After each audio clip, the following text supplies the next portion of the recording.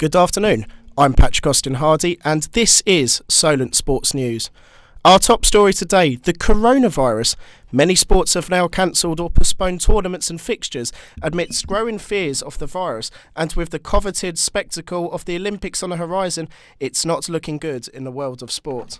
Just this morning, the EFL have postponed all football leagues, including the Premier League, until April the 3rd, and England's cricketers will be returning home from their Sri Lanka tour to prevent the spread of the virus. Watford manager Nigel Pearson was not surprised by the announcement. The Premier League would come out with a lot of credit if they took a positive action rather than wait to be instructed by the government what to do. We will only see more and more cases emerging, I'm sure, and what is very important is that we protect the interests of everybody. Other sporting stars have tested positive for the virus, as Arsenal manager Mikel Arteta and Chelsea midfielder Callum Hudson-Odoi have been told to self-isolate. 3 Leicester players have also shown symptoms as the country prepares to deal with the pandemic. We have Jordan Bright in the studio with us right now. Jordan, how has this affected the domestic football leagues? It's affected many football leagues, so like you say, League 1, League 2, match has been suspended till April the 3rd, and even the Champions League and Europa League has been cancelled for next week. So big fixtures like the Chelsea-Bayern game, Man City-Real Madrid game, the second leg, have also been suspended. But the major leagues, say for instance La Liga and Ligue 1 have been suspended, but Bundesliga is carrying out as well. Thank you very much, Jordan. And Joe, how has this affected the other sports outside of football? Yeah, thanks, Patrick. I think perhaps the biggest news outside the world of football is that England's cricket tour in Sri Lanka has been cancelled as part of the World Test Championship, so the players will have to return home. Sticking with the cricket, obviously the IPL has also been postponed until April, and that's a huge source of income for the game. You know, it's such a big franchise, so that's a really big blow for the world of cricket. Today's Cheltenham Racing Festival will go ahead as planned, and the Formula 1 season's also been postponed until the start of May. Golf Players' Championship will not go ahead, with worries that the Masters won't be happening in the coming months.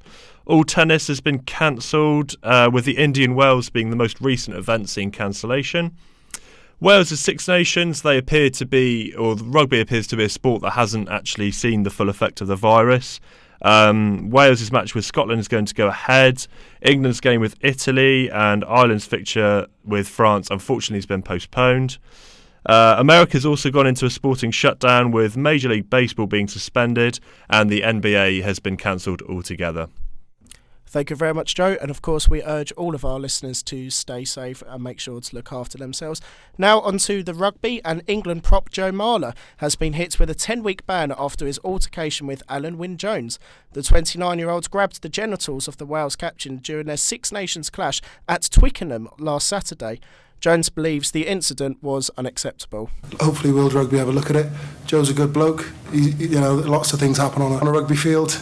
My question is, it's difficult as a captain these days because you can't speak to a ref about anything, it feels. I look at a touch judge, obviously didn't see what happened, and that's fine.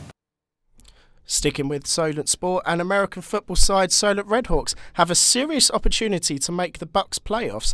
The Redhawks will take on local rivals, the Bournemouth Bobcats, in what will be the first semi-final Test Park has seen in 8 years. They are full of confidence after demolishing number 1 seed Sussex Saxons 46 in the quarter-finals. We will be hearing from their key players later on today as they join us in the studio.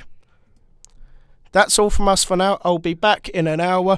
Remember, you can keep up to date on our website solentjournalism.co.uk.